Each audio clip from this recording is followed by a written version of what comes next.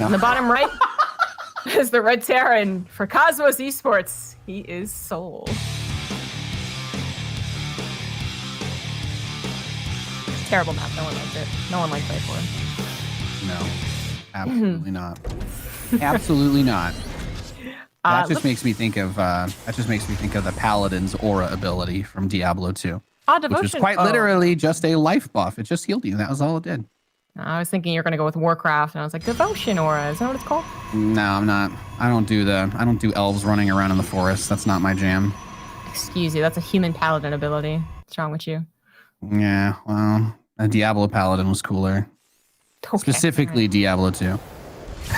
I doubt he had as glorious as a beard as Uther Lightbringer. No, the best. Did any of the guys in Warcraft? Did they have thorns? Was that a thing? No unit in StarCraft has this. Some units in co-op do. Yeah, like they deal damage back if you attack them with a certain type.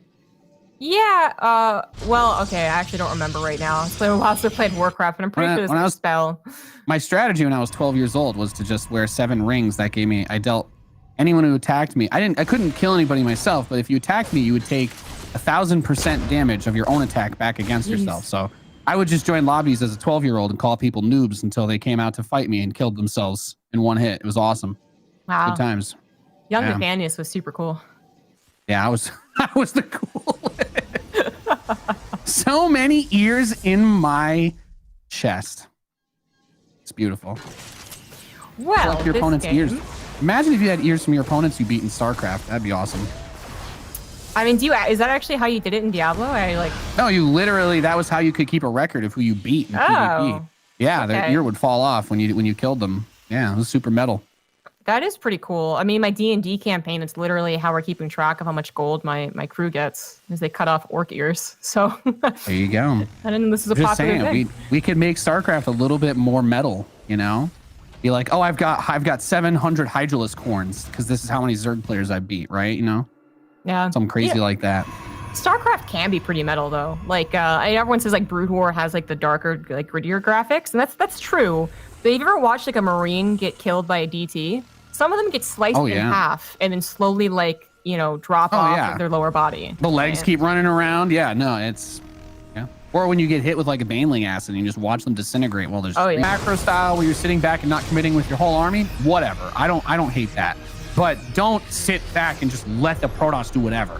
Because that is a very easy way to lose in StarCraft. Yeah. Honestly, I was really scared that souL was going to go into like Liberator Turtle. You know, I was there with you, man. I was like, well, if nothing happens, then who's going to have the better army? Who's going to have the more positioning? And apparently souL was planning on doing something. That drop was a brilliant drop in and of itself, but then opened up a little bit of an opportunity to get to that 5th base. He did kind of take an awkward engagement. He lost 2 tanks, and then that wasn't all of his army on the right side. So if he was caught before he successfully retrieved, it could have been trouble. As it is, I don't think Rel should be pushing into this. That is plenty of Terran army. He lost his Warp Prism, just got mass EMP'd. Apparently he has some storms in there, but it's hard to honestly tell. I think he's got 2 more, maybe. But most importantly, he's 5 Colossus, and he's going to try to use that range as much as he can. At least take out a couple of these SCVs, but pushing into those tanks, not so much. Yeah, the hard part with this is, I love the transition in Liberators. It's necessary, but he doesn't have upgrades for them. You know, we know the Liberator has a huge power spike at +2 weapons against Protoss specifically. But also the range upgrade's not quite done yet. It's just a teensy bit slow if this was what he wanted to use defense-wise. But now it does finally have 2 Liberators, and then of course, to deal with that properly, once they get range, and there's a lot of them, you either go crazy with Stalkers. I'm just going to point out that Rail has not gotten Blink or started it, or you have to go big Stargate. And there's the Fleet Bacon booting up. He's got that on the grill, so we're going to see probably some tier 3 air sizzling out there in a few minutes' time. That is the proper direction to go. I feel like this game really could have gone different direction, because I mean, it's not even just that, like, you know, this is theoretical. We've seen Protoss players play against a soloist set up like this, very fast 3rd, very fast 4th, and then gone directly into Fleet Beacon. You know, like, there's a world where that might have been possible, you know, when he actually, you know, finds the drops, the observers in Phoenix, doesn't take any damage there because it still looks kind of awkward in this main base. But it is definitely where he should be getting to. Could he have gotten there faster? Could souL have gotten to his Liberators faster? Yeah, I agree on all of those. But my God, he's getting tectonic Destabilizers. I don't know if we have a Doomsday soundtrack that we can play, but this is yeah, what a meme upgrade that one is. That one is also terrifying though. I like to joke about it because it turns the Tempest shot orange, even though the Tempest shot is still the normal color before it gets shot. That inconsistency kills me, but at the same time, that's going to make it a little bit easier to do the poking though, since it does seem like souL wants to try to rely on missile turrets to help with the defense in the anti-air. I wish that rail would go for double 7X core to help him this transition. And I'm also noticing that souL has yet to start his 3-3. Oh, okay, as soon as I bring it up, he does it. But that did allow rail to catch up on the ground upgrades that had been halted. But I do think we're going to be talking more about that late game army soon enough anyways, and what the upgrades are for the Tempest versus the Vikings, as I assume that's what souL is going to be adding on. He doesn't have additional factories to go into any type of Tempest or Thor play. Yeah. So, I mean, where is this? You know, is it going to be a tug of war around this middle left that seems to always happen on Death Aura, right? The Rich Vespian Geyser, and then who wins that? It's so awkward because the ground to air isn't really there. Like he could do some poking with the Vikings if he has enough, but you do want the Liberators because those are the real power units for killing the army, for killing the workers, for actually kind of being able to end the game. But that's kind of the tricky part of playing against this Protoss air army, because if you want to use Marines as your anti-air and to just so you can only build Liberators, then you're even more vulnerable again back to the Colossi, the Disruptors. Those units are all still relevant in that type of situation. And now the rest of the army is kind of coming over down here. He's maxed out, Rail is, but maybe he's gonna wait for 3-3. That's way too many Liberators. You can't just like attack into that. This is what the Tempest job is. If Rail wants to attack in, I'd love to see the rocks broken. But on the other hand, he's probably going to take this base, right, and then just siege up. So yeah, just leave the rocks there. That is also a smart thing to do. Zombie Grub, I want to ask you a crazy question here as these Tempests are poking against the Liberators. I'm trying to see if he's going to actually push up here or not. I'm kind of curious about the way that this upgrade works. It really greatly diminishes how many shots you need to shave off the turrets and whatnot, right? Oh my God, he's gonna nuke. All right, forget it. I'll ask my weird question later. This is fun. I like seeing this stuff. Let's just hope he doesn't blow himself up, right? That's against late game Air Protoss Air. That's the new meme. Special. Yeah. He's actually lacking the high ground vision, funnily enough. His Liberators aren't close enough, so that's why he has to scan every now and again. So yeah, I don't know if you're getting there with the Tempest upgrade, but I don't know how much it reduces the shot kill missile turret. Don't know anything about that, but it is only if the missile turrets are even going to be a part of this engagement. It could very well be that souL is forced to retreat past, you know, his turret line, and then they just died the regular old-fashioned way against Zealots or what have you. As it does seem like he's the one getting pushed back for now, but I think it was because he was raising his Viking count, which now he's feeling a little more confident about. There are only 3 Tempests, which really isn't that impressive. Even some Liberator harassment to pull some of Rail's army away. I wonder if Rail's going to be adding on anything other than Tempest here. I mean, Carriers wouldn't be a bad thing to add on if he's at a certain amount. No, Carriers to deal with the Vikings for sure, right? Like just Tempest alone, you're going to eventually have a trouble here, and you only have the Templar to deal with that. But if you can get enough Carriers, Vikings are very flimsy. Like they're not actually tremendous against them if you have any sort of backup for those units. Tries to get a couple of Cloaked Ghosts to slip through. I think he did get an EMP on one of the Templar. There's still a full energy one. What I don't understand, Zombie Grub, is why Rail has 4,000 minerals and hasn't tried to reinforce this position with any static defense. Like I know that there's nukes, but you know, at some point you have to kind of leverage your confidence at dealing with the nukes against defending against everything else. And I don't know, maybe he's not confident against nukes because this one's about to hit pay dirt. 17 probes going down is pretty nice. I mean, he certainly has the bank to replace it, but especially if it draws anything away or gets a couple of units, just easily little feedback there, and Rail has to give up his base. Okay, souL's going to play it pretty safe. Another nuke on that third. Into the Vikings too. They're all super dead. They're dead. Well, that one on the right side, they're dead anyways. I mean, keeping some alive isn't a bad idea. I does see that nuke this time. I'm with you. I think there was maybe an opportunity for cannons, shield batteries, whatever, to go down there. But I guess he just wasn't confident he was going to keep that position. Yeah, even if he had put them back, like in between the gold gas base and his west side base, you know what I mean? Just somewhere where it wouldn't really be in the nuke range, but he could just step over there as he keeps getting poked at. Because now souL is starting to just pick him apart. It feels like Rail has had all this money He's like, I don't know. I'm stupidly rich and I don't know what to do. At which point, all I say is, and there's that nice, so the balls are still blue when they shoot air units, but they turn orange when they shoot ground units, and that's. Ah, okay. It makes bothers sense me. maybe if it was only when it shot buildings. But it's still shooting a building. Buildings in the air. Oh wait, you're right. Yeah. I don't know. That's a good point.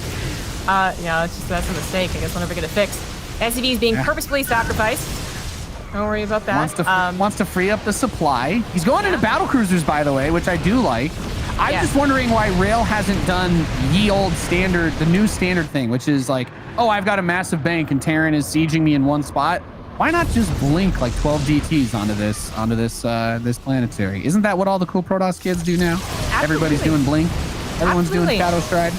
I mean, it gets maybe a little bit awkward if there is really like a big engagement and you have like 20 supply that's not involved. Sure, yeah, I'll admit that. But usually what happens is that 20 supply isn't really going to convince the Terran to pull the trigger or not. So you have, 10, 20 supply of harassment units doing whatever they want. And that's, that's pretty deadly to the economy and the expansion process. But Rail does seem to be missing some of the crucial things about late game. And as we get battlecruisers involved, here's where I go from being like, well, the Protoss can get to those Tempests really quickly, start pushing back the Liberators, and it gets a little dodgy to, oh, well, if battle cruisers are out and we have more than, let's say, 6, and then a comfortable amount would be 10 for sure. I actually think battle cruisers are so much better. There is nothing, in my opinion, there is nothing in this matchup that is better than a max out of battle cruisers. Like, with this many Tempests on the field, we're not at the point where the BCs are big threats. The best thing you could do with it now is run it around the edge of the map and try to hit the northeast space or the southwest space from like the corner, but an observer will see on the southwest. Like what you want to do is just pull the army over and then teleport back. But yeah, I mean, if you can get up to like, if you can get 10 or more, then you start to reach like, you're just cracked because once you teleport on the Tempest, they literally can't stop to shoot because there's just too many BCs chasing. Actually, one's already going to go down. Not the best use of his first BC. It teleported in where these other two were just casually walking around. So they'll be able to teleport out that time. But that also alerted Rail to the battlecruiser problem. Because I actually think it is a problem that like it's going to make people say, do I push? Because I'm really quite scared of some of maxed out battlecruisers. And if they push, do they do it in error? He's actually trying to push into this base, but there's Liberators. The planetary is done. And he doesn't know how many battlecruisers are actually like done. So what if he's taking this engagement and suddenly 7 battlecruisers warped in? I mean, I love this though. He got a bunch of probe kills, killed a couple stalkers, Yamato on the way out in the northeast. Now he has the Ghost nuking that center left base, and it's going to kill a lot of probes here. There's a couple extra stacked on that assimilator, so 16 probes blown to smithereens. And he actually retained those battlecruisers from the initial fight. So those guys went home, and that is definitely the best way that you want to do it. So I was going to point out, like, SouL doesn't have a crazy big bank. And as much as you talk about mules, like battlecruisers are 400 minerals. Okay, you can't just lose those. They're very expensive units that you don't want to trade. The whole point of BCs is that they don't die. That's the reason why they are as good as they are. Until you have 16 of them, then you teleport on the opponent's army and you collect your paycheck. Did you know he didn't have Colossus range the entire time? It literally just finished. It literally just finished. He just finished Colossus. Hey, I don't know. I was watching the Onion news and they said that you don't need Colossus range till 20 minutes. So. Oh my god. Oh yeah, the Vikings help against the Tempest here too, right? Also important to note. I feel like Rail, I mean, he doesn't have much of a bank for gas specifically, and that's going to be a problem. If there's more back and forth on the harassment, I feel like this could have been a really decent game for him, but what ended up happening is after SouL got comfy and he delayed his upgrades really, like it kind of became a passive game, SouL was the one that was actually doing damage. Once his nukes got up, right? Like he's been doing damage consistently, and Rail has he's got no pushback. And it's like, that's all well and good if your army really is going to be better than your opponents. So then you force this like weird all-in at 25 minutes. But his army's not going to be as good as SouL's. The battlecruiser count continues to grow. And that just means he's going to get slowly pushed back to his third, his fourth, his natural, and slowly lose the game. I still don't really like how much he's posturing with the BCs. Like, you have to have a large amount of your supply available to deal with the BCs. You should always be trying to send the battlecruisers wherever the Tempests are. And I understand he doesn't want to lose his base, but the battlecruisers can't defend this base. It doesn't matter. If he runs them forward, the only thing they're going to do is die. I guess he doesn't need to harass that way if he can just keep nuking it. I don't know. He's not responding to the nukes almost. Like this is, I don't know if Rail is like if he's just got like Ariana Grande just like blasting at 200 decibels in his ear and he just can't hear the nuke alerts, or he's like dancing or something. No, we have his player cam, I think, every once in a while. I don't think he's dancing, but like this is these nukes are being way too cost effective. They're way too good. The ghosts should not be nuking every other base and actually hitting pay dirt half the time. That's not what's supposed to happen. Agreed. On both accounts, with the way he's using his battle cruisers, I think he really could have just played it. I mean, he could have lost that base, and I think he would have saved himself more minerals than he would have, you know, lost in giving up that base if he just didn't sacrifice units trying to guard it. And then he could have continued his expansion up to the top right. There's another rich Vespian gas geyser that he could take, and I know that it's like a domino effect that each player is going to be scared of. One base falls, but the next base falls, right? Like, I get that, but I do wish that souL had been a little more conservative with his battle cruisers. We now are up to a count of 11 with this most recent battle cruiser. They've got upgrades. They're fully healed as well. They don't have full upgrades, mind you, but they've got 3-2. I know, it's going to be an engagement. Yeah, that's honestly enough. There you go. Throw out a ton of Yamatos. Getting onto the Tempest is still a little bit hard, but Tempest kiting against this many BCs, this is where you start to see the battle cruisers become a little bit harder to deal with, because you kind of need to focus fire to deal with them in this situation, since if you just kind of stutter step, the Tempest will shoot the closest target to them. That's just how StarCraft AI works. So the battle cruisers will not all get individually targeted down in one shot. Instead, it's a lot easier to teleport them out because a bunch of them go down into the orange, some into the yellow, and they never really get low enough that you're going to actually kill them. And I think the most important thing, though, souL got that other gold gas space in the northeast, so he's still pulling in the money. Both players are getting pretty broke, but as the number of battle cruisers increases, it eventually becomes impossible to stop. Like, if he gets like 16, 17 battle cruisers, I do not see a path to victory for rail. Like, you really need to take that opportunity early on when you recognize they're going into BCs. If the Terran's willing to give you that information, you need to make something happen then and there, because eventually this does snowball into something quite monstrous. Honestly, it's like, it doesn't happen often enough to say with 100% certainty that mass battle cruisers is the best thing ever. It's, you know, maybe OP, I would say, but it happens often enough. I'm okay with being wrong if that's the case. Right, exactly. It happens enough that in my experience, whenever it's past like the 15 battle cruiser point, yeah, the Protoss player just loses, unless it's like literally like a base race, which is actually what rail is forcing. So making this as weird as possible is, I think, his best chance. They've both taken out a lot of economy. Now souL's on top of production, but we can't say the same for rail. So souL might even be able to actually get out 3 more battle cruisers for the eventual final fight, and that means it would be 17 battle cruisers against 15 Tempests. Yeah, and that's where it becomes incredibly difficult, because he's wedging himself inside that Terran base, and it's not gonna be super easy to just try to move command or teleport your way out. There you go. BCs are gonna flank. The rest of the army with the Vikings are gonna teleport and rush over as well, and the Tempest count begins to drop like it's hot, Zombie Grub. We have 10 battle cruisers, 11-12 now versus just 6 Tempests and falling. And the most important thing to keep in mind is that not only did he deal all that damage back inside of rail's base, but he made sure to clean up the tech on the way out. So GG, well played there by souL. And that, it was definitely a cool way to play late game. And I don't think there's no doubt even before that game that souL knows how to play the late game.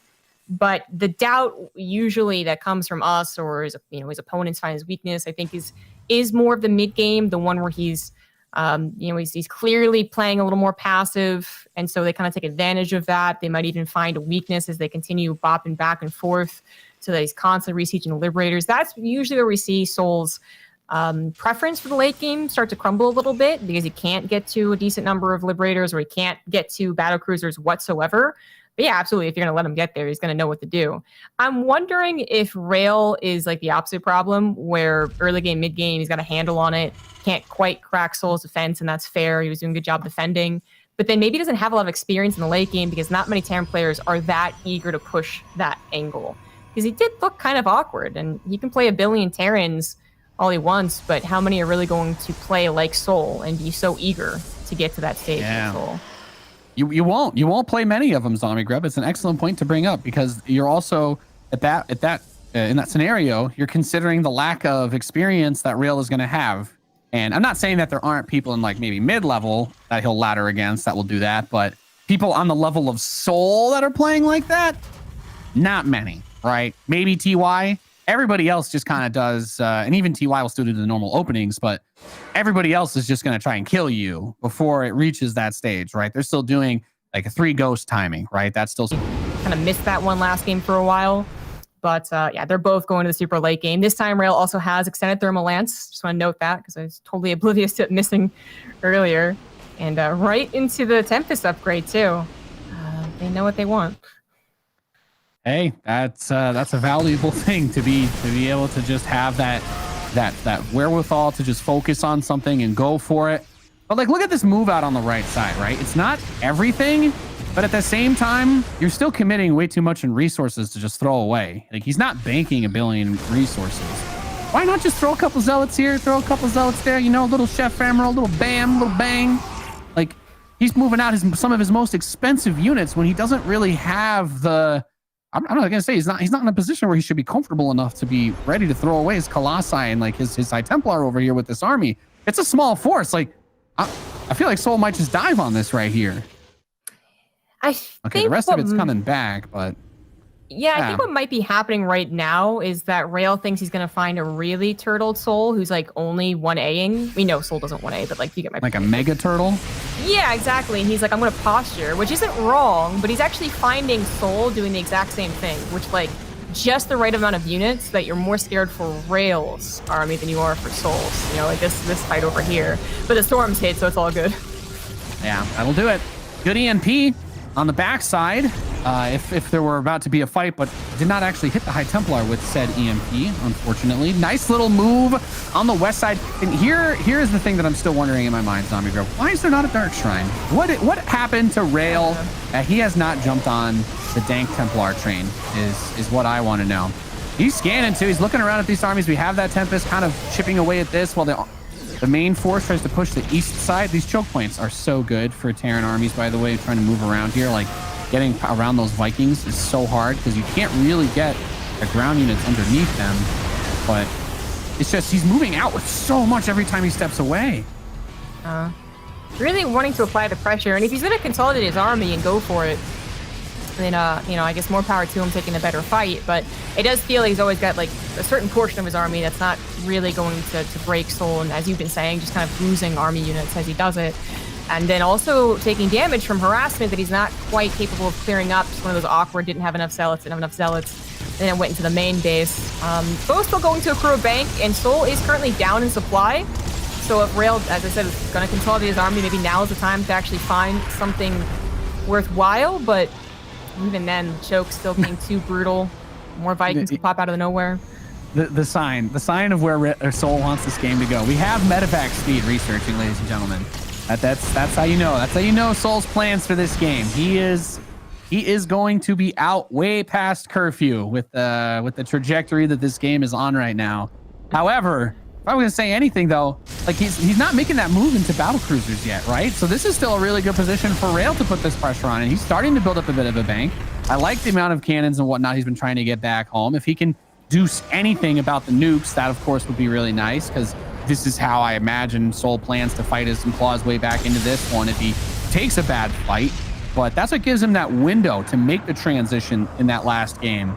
And you say, it was like, oh, battle cruisers are really strong, blah, blah, blah. It's like, well, you know, battle cruisers wouldn't have been as much of a problem if you hadn't lost like 45 plus probes and 700 cannons and batteries to nuclear missiles, right? Yeah. Like, if you don't have the detection available nearby or the warp-ins to throw some zealots or something, or a DT, you're just making your life harder for yourself. You know, Terran player will happily play against a toss that isn't using defensive warp-ins like that to stop these types of plays. I love he's getting observer speed, by the way, too, because I feel that this is related to this kind of point that I'm trying to make here, is he needs to be a little bit more on top of jumping on that, but the army itself is still quite slow. And the EMP was guaranteed going to take away any storms, so he jumps on top of the army with his Vikings. He gets the Colossus. He got a couple of Tempests. I don't know if Rail should continue doing this. Like, he knows how quickly the Vikings are going to be produced in this late of a stage, and seeing 4 is not really the end scenario. There could be 6 more on the way, and those Tempests are a little fragile without their shields. But I guess seeing just in general a lack of army, he's like, I got to keep pushing it. And if he keeps picking off Vikings one by one, then yes, it is going to eventually work. And it's still tricky, right? Look, there's 2 chokes that go into this place. So unless he breaks those rocks, which I feel like he should break the rocks, and if he doesn't break them, then if this army moves in, it gets caught in the choke and takes lots of splash damage, potentially, if he doesn't win the fight. And if he loses the fight and he goes in, then it's the same thing trying to run away, you know?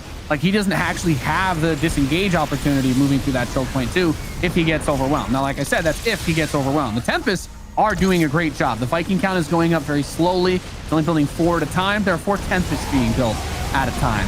So this army from Rail still looks pretty good, but he's getting caught. Sandwich, we have a missile turret shooting down one of the Tempests too. Yeah, a couple of okay EMPs helping out. Just a good enough arc that souL kind of holds against this temporarily. The Tempest now charged with cleaning up everything else and actually not even going to continue. He's like, I gotta finally deal with this drop back at home, which he definitely will. Very weak drop in the first place. Blinks forward, takes out only one of the medevacs. So that's souL buying himself time to recuperate, because really what he needed was just the time to get enough Vikings, and then he'd be okay against the Tempest again. And it seems like maybe he's given himself that time. He has lost a lot of resources in that kind of scrappy defense. Yeah, this army is still really nice, though. I mean, that endgame transition, the mega endgame transition is still not there for souL. Like, the thing is, with this type of army, you can jockey and dance around all you want, but as you're forced to build endless Vikings, look at the bio. The Marauders are all less than 20 hit points. The Marines, they stim, and a bunch of them get blown up. Medevac's starting to come out now, but there's so much splash. There's so many other forces here. Rail starting to snowball in front of that natural with a really good attack. And there's just not enough support for the bio itself in defending this type of push, because the Vikings can deal with this. But Vikings are squishy too. So, I mean, okay, if he lands this nuke, then I don't know. I'll take a shot before game 3. But or I guess there won't be a game 3. Never mind then. Like, you just have to consider that the Vikings need to be snowballed. You need a lot of Vikings that you can one-shot and chip away at these Tempests, because Tempests themselves, they're not that flimsy. They can take a couple of hits. Like, 5 Vikings won't kill 15 Tempests. It doesn't work like that. Yeah, and in the most recent engagement that this one won before, there wasn't EMPs. He was literally waiting on like 10 ghosts to finally pop out, which is doing a surprisingly good job, basically by themselves, but aren't going to actually be enough. And if they were there for the previous fight, it's still not a great game for souL, but he's hanging in there a little more realistically. Right now, down 70 supply. He's just kind of banking that it's going to take a long time to kill his planetaries. And I guess it will, but eventually it will go down. Or eventually his production will be cracked, and that's going to be the end of any Terran. Yeah, they're coming out now. I mean, when the production leans back over towards the Ghost Marine, to me, that's why just the Tempest alone is never really enough, because Terran players that's the one thing that you can do, is even if all your stuff gets blown up, if you can land a command center somewhere and drop mules, you can get a round or 2 of Marines out. And we all know how devastating the Marines can be if there's not the splash damage support underneath. This kind of what I was waiting for, though, right? souL just needs, Rail can just kind of go try to attack the peripheral bases now. There's no need to try and push the last stand point of the Terran when you can just cut off the economy now. And I think that's going to have a much better impact later on, because this planetary won't be killed by just a couple of harass units. You might as well just bring the army over. Just clean it up. Don't let the turret kill Tempest. Okay, nope, good. Easy peasy. And now Terran's in a really hard spot that's going to be a lot more difficult to deal with than if he had just tried to force his way up the ramp. Yeah, 8 more Vikings are on the way, which give him a decent shot against the Tempests, but it's got to be like a perfect engagement, because, of course, we're talking about the overall supply. If you look at the army supply, it's not nearly as bad, only down by 30 right now. That's maybe a couple of great EMPs, and then, enough Vikings to, absolutely one-shot the Tempest, and quickly at that. So that's what souL's going to be hoping for. We're at currently 14 Tempests. They got a couple of attack upgrades, and my god, the snipes are a little overabundant there, but ready to EMP. Okay, we're still getting splashed with the storm. That is not the perfect engagement.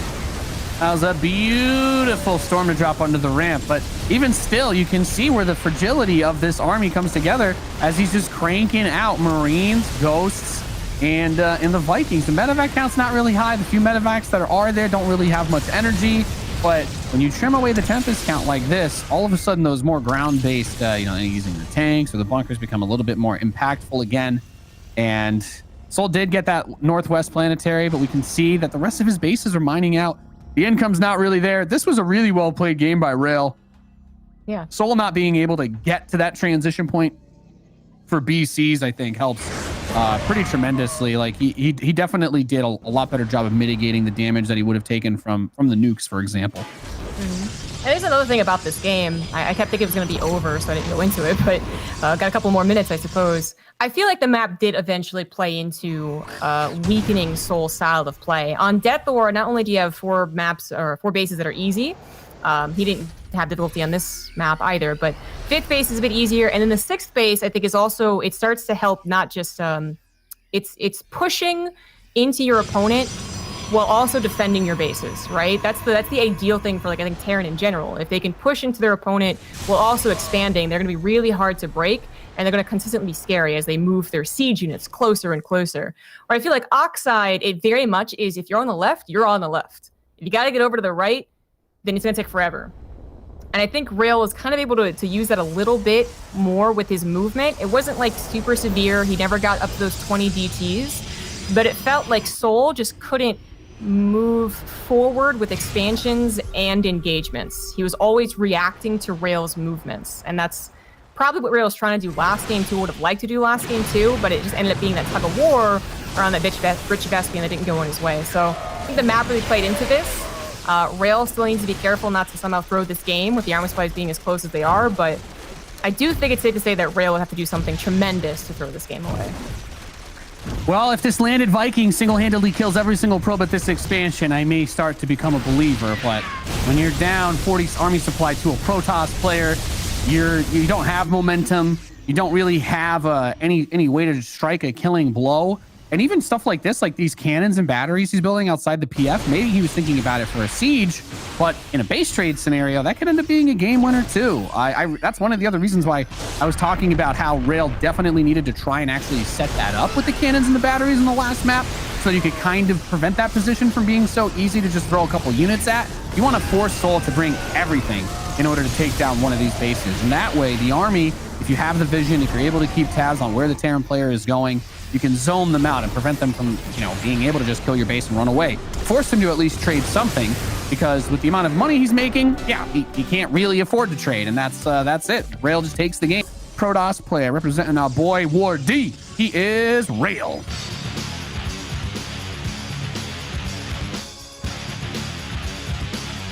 In the top right, as the red Terran for Cosmos Esports, he is souL. It's funny that you mentioned carriers, because we actually have not seen one. Yeah, that's Despite true. all of that, despite all of the long games, and we might not see one here either. The way that Rail wants to play it's such a very odd way of describing that phase of the game, because it's like mid-game as far as, well, action is finally happening, but late game as far as the actual minutes on the clock. But Jagannatha, being the final map, is certainly another map that's going to be very different than Death Aura. I think Rail will find similar success to last game, playing it out to that stage. I just wonder if you could play it out faster. Like, I am still waiting for someone to take the big risk. Either they're going to take the big risk as in jumping right up into tier 3, or take a big risk as in to finally do something totally different. Totally different. See, the terrifying thing, Zombie Grub, is you say that, and you're like, I want to see them kind of get to that phase faster. I want to see a little bit more action-packed. I want this to be the version of the movie Speed where it's 80 miles an hour and not 40 or 60. But the thing about Jagannatha is that it's probably one of the better turtley maps, I feel. Like, if you want to be able to defend, you've got a third with very few angles, like west of the natural for souL, right, and east of Rails. You have the very small ramps, really, that lead into all those positions, and the base below the main, whether you take that as a third or a fourth base, like, that's pretty much like the biggest target point for a big army type attack. So I feel like seeing this map, I'm like, okay, well, we might just have another, NR 15 on our hands here with a lot of very economic focused play. And there is nothing wrong with that. It's just funny sometimes when we in tournaments get 2 players that both like to play this style. Because usually you'll have, one player's like, I like to be a because I especially, just my own philosophy on StarCraft, I love when players find ways to kind of play around what's expected. And if you do that properly, like we were saying earlier, your opponents will only have played so many people at your level doing what you're trying to do. Like when you play Hero Marine, he's not going to do this exact thing against you. If you play against Thermal, you're not going to see this exact thing. Maybe Marine Lord. I know he's definitely played some of the longer games, but he's still a guy that likes to cheese and throw that in and mix it in. So when you're playing against souL, you're not just playing a really good Terran. You're playing a Terran that you don't immediately have a clear idea of where they want to take the game. And we're already seeing some interesting adjustments here, right? We have Cloaked Banshee as the opening for souL, but we also have a pretty early gateway being put out on the map by rail. I'm guessing because of that rush distance. He wants to have the ability to bring that pressure forward. He wants to have the ability to bring those attacks against souL if he is this passive again. So maybe Rail's the one that wants to be more aggressive. I can't imagine why he would go for that early forward gateway this fast in the game.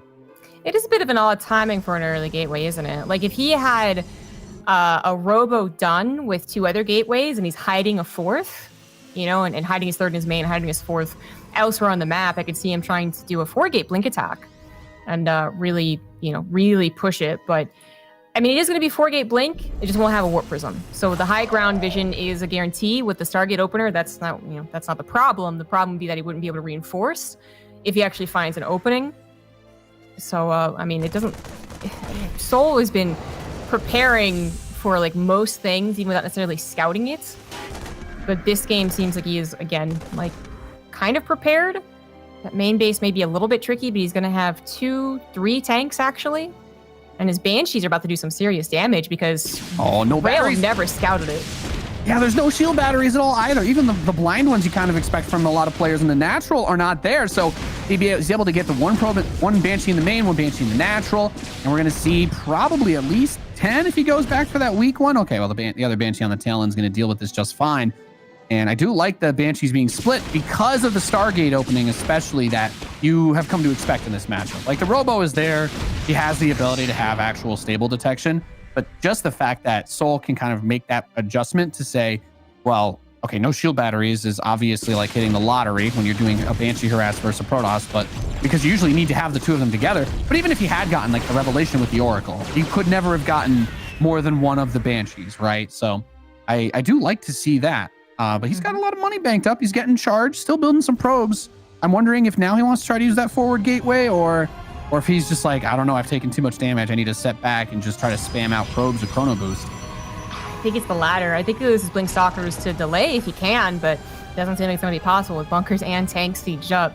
So this was just kind of it's a bad game for Rail. Like he didn't go back and scout the starport. He actually never saw a factory or a starport, but he just, I think, assumed based off the previous 2 games and didn't really try and sacrifice anything to get that very important scout.